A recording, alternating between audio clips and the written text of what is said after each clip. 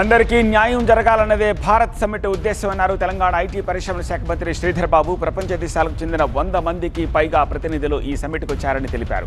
రాజకీయాలు పక్కన పెట్టి ఏ విధంగా ముందుకెళ్తే ప్రపంచ శాంతి సాధ్యమనేది భారత సమ్మిట్లో చర్చిస్తామన్నారు. అలాగే రాష్ట్రంలో పెట్టుబడులకు ఉన్న అవకాశాలను వివిధ దేశాల ప్రతినిధులకు వివరిస్తామన్నారు మంత్రి శ్రీధర్ బాబు.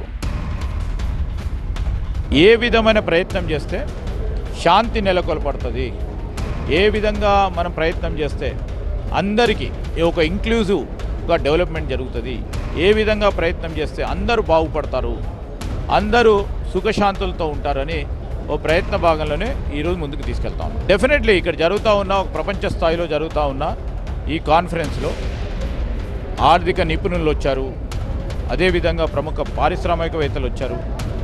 మేము తెలంగాణ రైజింగ్లో 1 ట్రిలియన్ ఎకానమీ చేయాలి అనే ఆలోచన చేస్తూ ఉన్న తీరుని వారికి కూడా తెలియజేస్తాము. వారి ఆలోచనలు తీసుకుంటాము, వారి ఎక్స్పర్టీస్ని తీసుకుంటాము.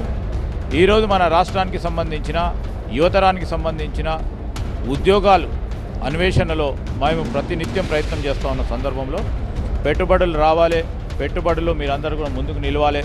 మీరందరూ వచ్చి మీకున్న అనుభవాన్ని మాతోని పాలు పంచుకోండి, ఎక్స్పర్టీని షేర్ చేసుకోండి, పెద్ద ఎత్తున దీన్ని ముందుకు తీసుకెళ్లే కార్యక్రమం చేద్దామని వారికి కూడా అప్పీల్ చేయడం జరుగుతుంది.